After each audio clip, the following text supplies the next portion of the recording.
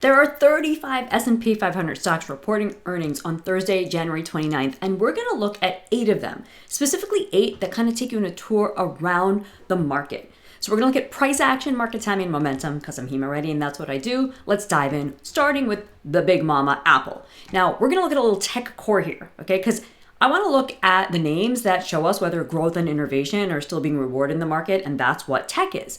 So if you look at this chart of Apple, we obviously had a very strong uptrend into early December and have been coming off of it. So the question is this going to be continuing lower or do we have relief ahead? Well, to do that, I'm going to look back at perspective for the most recent long-term move. So this is something I want to dial in on today. When you are looking at stocks or anything, Forex, futures, any type of security, you want to know where you are in the move. And yes, I often talk about going to a higher time frame, but you can also do it by looking at what is the most recent advance or decline. So if we look at this advance, you can see, well, we climbed a bit of way up. It's not surprising to have a relief in it, but I don't like that we came to the depths of the bear support power zone here. I also don't like that we haven't cleared the January 14th high. So with that in mind, I think that Apple is positioned for further downside. Again, earnings can create gaps and fuel the action. The next support would be down here at the low from September 10th. All right, KLAC, this is another tech stock in the semi space. And what I want to look at here is this uptrend that's just nice and selling up and to the right. This is a great example of when to not do anything new. Okay, if you have a long position on, you're good.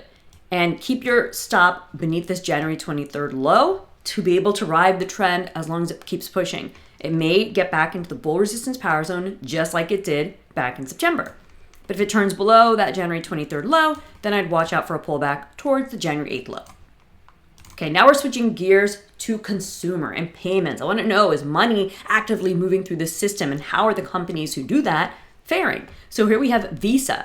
Visa, when you look at the daily chart and just squish it up, has had this long-term move off of the high from June down to November, and it's still in the midst of that. Yes, it had a surge higher, but it's back near those lows. So big picture, it's consolidating. And the way that the momentum and everything else is looking, I think it's more likely to push a bit lower back towards the November 18th low before resuming higher. If it's able to climb above the low that it just put in 2 days ago, that took out the January 16th high, then that would offer relief towards the 350 area where there's this gap down.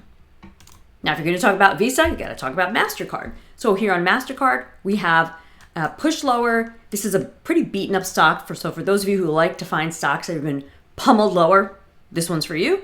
Now, there is still room for it to trade even lower back to that April 7th range from 2025.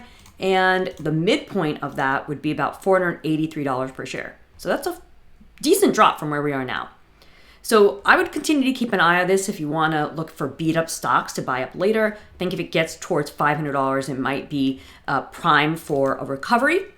In the meantime, what's shaping the downtrend is the series of lower highs, most recently here at the January 26th level. If it turns above that, then you might have that recovery sooner than later.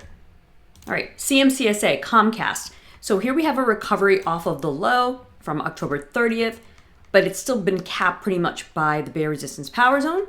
It also is staying beneath, for the most part, this old bottom from August.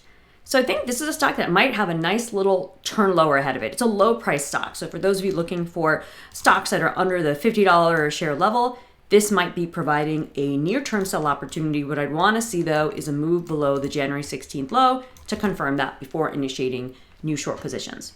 Okay, now we're going to look at a couple of cyclical macro stocks that give us a taste of like business investment and institutional risk appetite. So we have Caterpillar.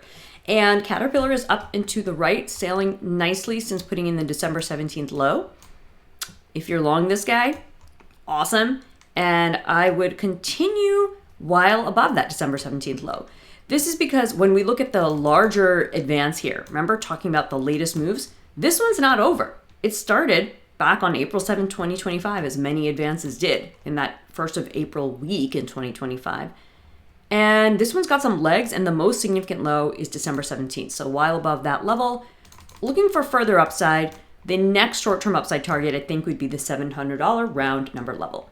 All right, BX is Blackstone, and Blackstone is showing weakness off of the January 16th high that came in with a beautiful RSI power zones pattern setup. I am reteaching the entire 4 zones RSI coverage system live this week. It's been an awesome system, and it's getting 10 times better because I'm really cutting the fat, cutting the extra fluff in theory, and dialing in. So if you are a 4 zones RSI member watching this, keep an eye on your emails for those Zoom links so you can join me, so you can relearn and refresh in the best way. All right, with that, where are we headed? I think down towards this low from November 19th. Yeah, that's all she wrote for Blackstone right now. All right. Now, who doesn't want to talk defense and geopolitics, right? Well, LMT, this gets into government behavior and how that may influence the markets. So for this guy, I'm going to go to a weekly chart for perspective. So you can see it's been straight up to the right, parabolic looking. But all this is just coming back into the October 2024 range. So when we go back to the daily chart, this is one of those stocks where if you got it, great, hold on. If you don't, I would not take action here. And look, even if these specific stocks aren't ones that land on your screen results, right? Or you're priced out because of the shares, I want you to take the lessons that I'm telling you here about what the chart structure is and consider them for whatever you trade, right?